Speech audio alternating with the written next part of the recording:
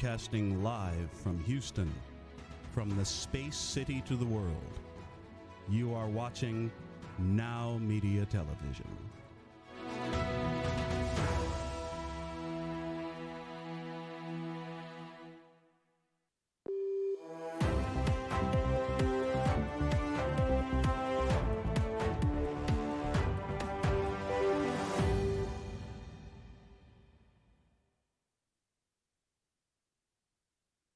All right, welcome back, everybody. I'm welcoming back on the show David Aaronson. David is no stranger now to Real Estate Insights. You guys have met him before. He's the founder and the CEO of REVS, Refuel Electric Vehicle Solutions. David, welcome to the show. How are you? Thanks for having me. Doing good, thanks. Good. David, how did you come up with the name? I don't think I've ever asked you that on all the shows that we've had. How did you come up with Refuel Electric Vehicle Solutions? Well, when we started, I was working with my son, and he actually came up with the name, but we wanted to have something that everybody understood. Yep. And so it's really easy to understand: Refuel Electric Vehicle Solutions. And then it just so happens that it shortened out to REVS. And so Rev it up. It kind of like it. Like a little gimmicky, but that's how it came up. I like that. Well, your son's got to be, very, very proud that he was able to get the honor of naming the company. I think it's a great name. And I really like when you come on the show, because we get to talk about something that's a little bit, different from the ordinary, interest rate environment and what's for sale and what are the cap rates doing. What you guys do, plays a pivotal part in, the energy transition in our country. And you're right in the middle of what's happening, which I think is a fun place. It's got to be a fun place to be for you and your team. We are absolutely having a blast. Yeah. It's something that everybody needs. A lot of people don't understand that they need it yet, but they will need it. It's not an if, it's a when. And we are there, and we are going to be the people that you call when you need to get it done right the first time. 100%. So for those of you who are new to the show or tuning in for the first time or the second time and don't know, what or who we're talking about, REVS installs electric vehicle charging stations in multifamily apartment buildings around the country. So from ground up new construction or retrofit, David's team goes in and does the analysis, figures out what needs to happen, and then installs and even services those machines. So David, from just a purely due diligence perspective, what are some of the things an apartment, owner calls you and says, we're going to build new construction out of the ground, or we want you to retrofit? What are the steps that your team goes through, to kind of analyze the environment, figure out what you got to put in? What does that entail, that due diligence, reporting and process? So it's completely different depending on whether it is a new property or an existing property. A new property, we have an opportunity to design the EV charging system the way we want it designed. And it's much less expensive to do it during construction. But most importantly, we can get the electric panels correct and run the conduit correct, so that when you need to deploy the stations, you don't need to spend the money to do that. And so we have a consulting service that works exclusively with developers, making sure they're planning it out correctly. The existing product, which is 99% of the apartments in this country, is much more challenging. And if I were buying an apartment property today, I would look into the electrical infrastructure that apartment property has to see if it can host any EV charging stations, or what it takes to get additional electricity to host EV charging stations. One of the advantages we have is that I've been in the real estate business for over 40 years. But back in the 80s, nobody knew what an environmental site assessment was. These are reports today that are critical for anybody buying an apartment property, or any property for that matter. And I remember it all started because some apartments were close to the electrical transmission wires that were running behind the apartment properties. And a few people got sick, and everyone came in and said, we study this. And by the way, until then, nobody did an environmental site assessment when they bought an apartment property. Same thing for EV charging stations. It can be a very little expense to put them in existing properties, or it can be quite significant, or you may not be able to do it at all. And it's critical information to have when you're underwriting an apartment property. Yep. Need to know whether or not it can handle a charging station. What is what is that due diligence? Do you charge just for that report specifically? So we actually do charge for that report because we send an electrician out to go do the work, and we instruct that electrician on exactly what we want them to do. There are others who don't charge for it.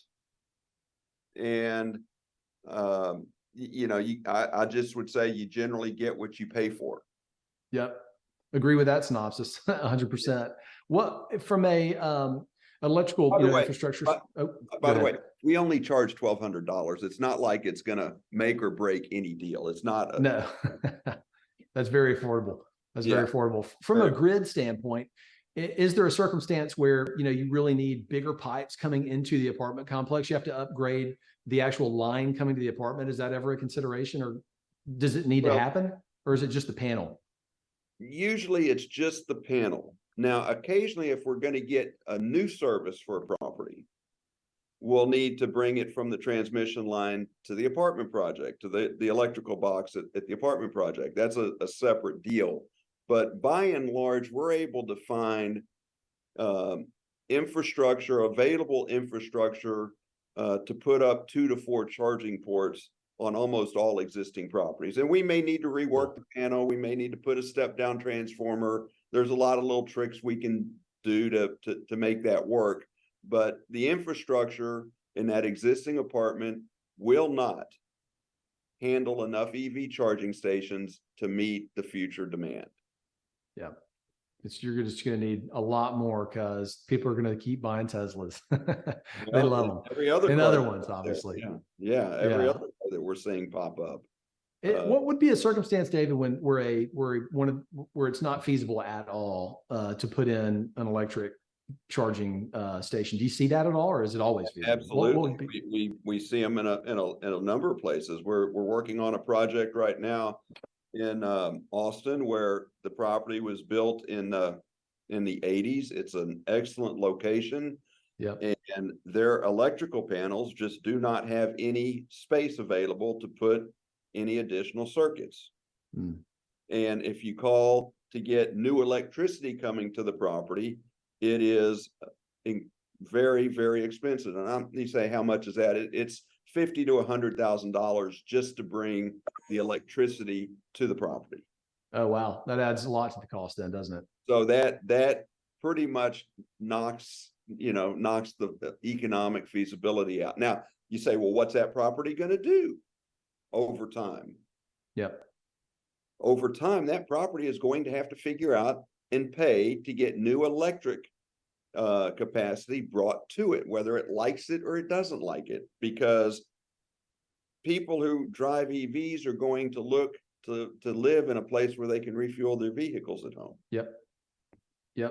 I know when I lived in an apartment complex in Houston, in the middle of town, we had 3 charging stations there, and they were full every single night. This was 4 or 5 years ago, everybody. So it's even more popular now. And we had a friend that had a Tesla and did not have one at their apartment complex. Talk about very hard to get your car charged, and they were looking to move 6 months into it. They're not going to sell their Tesla, they're going to move apartments. So you're going to want those charging stations. What other things, David, from a feasibility perspective, the panel's one thing, service coming into the apartment complex, what other challenges do you identify in these feasibility studies, in the feasibility reports? What are the things that you identify?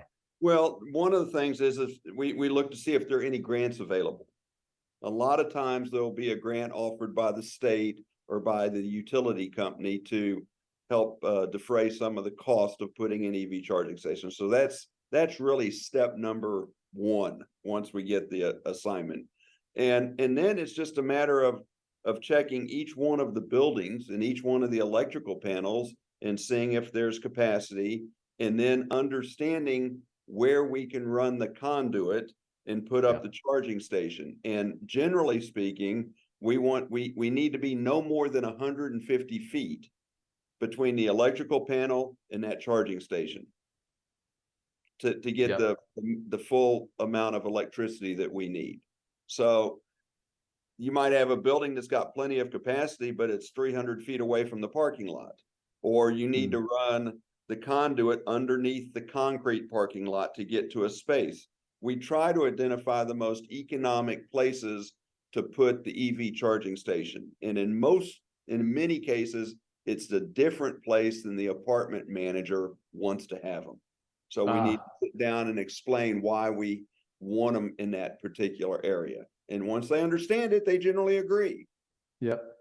Once you lay it out there like that, we can't get it there. It's got to be here. That makes a lot of sense. It's not possible, right? Well, that influences a lot of people. I mean, it's money, just money, and absolutely, money's fungible. Yeah. But you want to save as much as you can. What is there a ratio, David, for every 10 cars, you want one electric charging port? Is it every 100 cars? Is that even a fair question? It's a very fair question. So we put them in shared parking spaces, and we think that one charging port can handle 8 to 10 electric vehicles a month. Okay.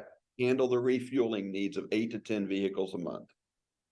And what that basically means is that car is charging 3 to 4 times a month and is using it for about 5, depending on the car, 5, 6, 7 hours a charge. Mm-hmm. So do you recommend that the apartment, management team just goes out and literally counts up how many electric vehicles they have in the lot? And well, most of the property management companies have a general idea, because in their application they ask, what car do you drive? So they have a general idea, but we actually will send a survey to that property manager as part of our due diligence reports, asking them how many of your tenants drive electric vehicles. Another one is, do you ever get asked if you have charging stations? Sometimes we hear the manager will say, no, we don't get any demand. And we ask them, do you have any charging stations? And they say no. And what we know is going on is they're looking at the internet. They're looking to see if you have charging stations. And if you don't, they're just ignoring you. They're just going to go somewhere else. So you don't know, right. You don't know, but it doesn't, the demand side doesn't bother us, because we're there for our basic program. If we pay for everything, and we do have a no cost solution for property owners, we're handling the charging needs for 10 to 12 years at these properties. So I don't really care what happens the first year or second year. That's right. It's going to be, the demand's going to go up. Right. David, always great insights. My producer's about to, turn the camera off, because I've gone over time, as I always do. So we'll do this again. Thank you so much for coming on, as always. And we'll be right back, everybody. Thank you, Andrew. Bye-bye.